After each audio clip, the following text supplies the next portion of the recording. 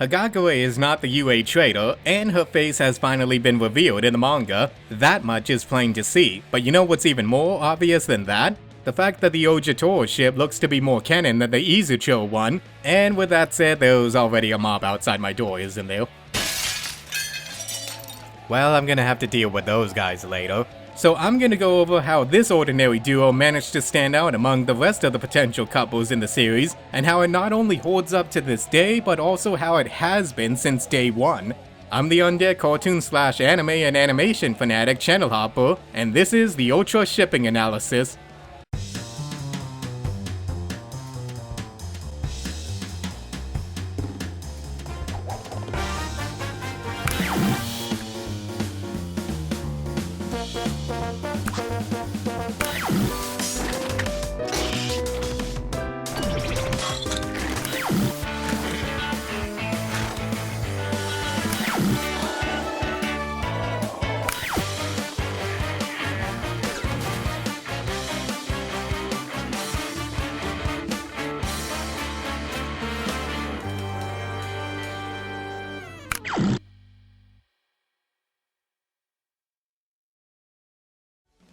Many viewers' first impressions of these two seem to be that their quirks are among the weakest and the most underwhelming ones when compared to the other students of Class 1A. Though their quirks may seem ordinary on paper, their application of those abilities open a lot of potential for those two to become heroes, not necessarily at the top, but ones that anyone can strive to become. Despite being so plain and hardly noticed, these two do seem to interact with one another on more occasions than others. We've seen these two have small conversations and moments together before, from the USJ attack, the sports festival, in the dorm rooms together, and even during chapter 6 of the team-up missions, which I'll go into later in the video. But now, this is kind of where the ship excels at the most by having these two be so casual and trustworthy towards each other from the start. If we look at every other shipping pair in the series, we can see that they each had a rough time trying to get acquainted with one another by either being too shy to even talk to someone of the opposite gender in Midoriya's case, or having a unique personality that makes it difficult to talk to one another on a regular basis, such as Todoroki with Momo or Tokoyami with Tsuyu. However, in Ojiro and Hagakure's case, they never came across such obstacles that prevented them from talking or working alongside each other. They simply got along on the first date. There's really nothing in the way of them being acquainted with one another in terms of a quest to be at the top of their class, or overcoming past experiences that would necessarily get in the way of future romances. When looking at their personalities, Toru has a bubbly and upbeat attitude to most situations, even ones that she's tricked into participating in. She can get embarrassed at times with her quirk, but easily goes back to her cheerful self. Ojiro is a calm and humble character who values his morals and dignity above all else, but tends to be shy and easily embarrassed when viewed as plain. He doesn't let his ordinary characteristics get him down and still strives to be the best that he could. With that said, both characters seem to be on equal footing with one another and manage to keep up with their fellow classmates who have even stronger quirks than they do.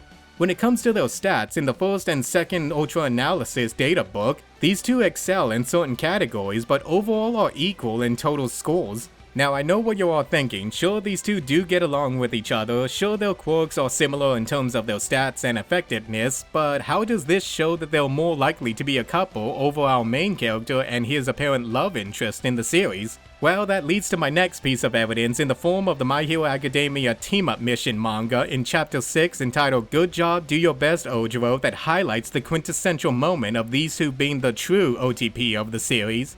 Now, before we get into the debate on whether or not this could be canon to the story, let's see how this plays out and if it fits the characters. In this chapter, we see Ojiro and Hagakure are both on a team-up mission to a tropical island to give a presentation to an elementary school of heroic students. Both heroes demonstrate their quirks, to which Hagakure is seen as more favorable among the students while Ojiro is looked at as ordinary.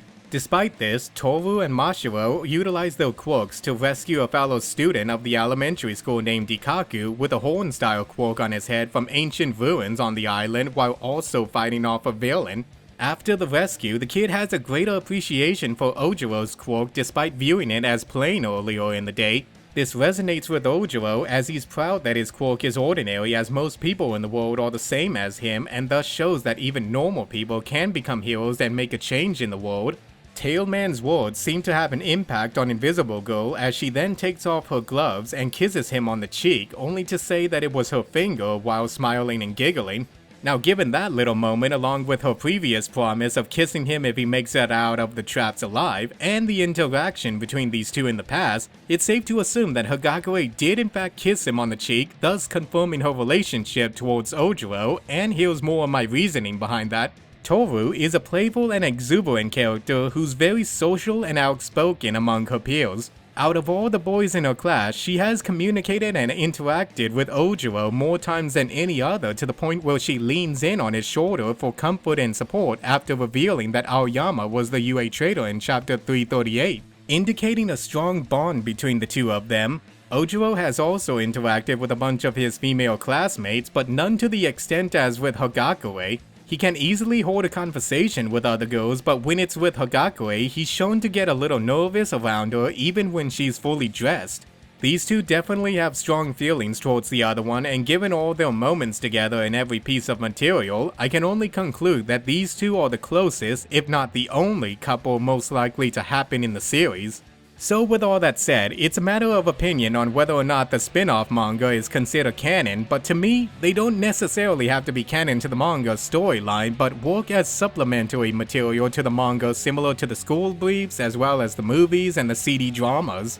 From what I've read, the only material that isn't canon to the series are the OVAs, the video game, and the My Hero Academia Smash, which is meant to be more comedic rather than anything else. So this is where I have to end the video for now. Be sure to let me know what your thoughts on these two are in the comments below. I'm Channel Hopper, and if I'm still alive by the time the mob comes back, then hit that subscribe button, ring the bell, and stay tuned for more videos in the future, and I'll see you all later.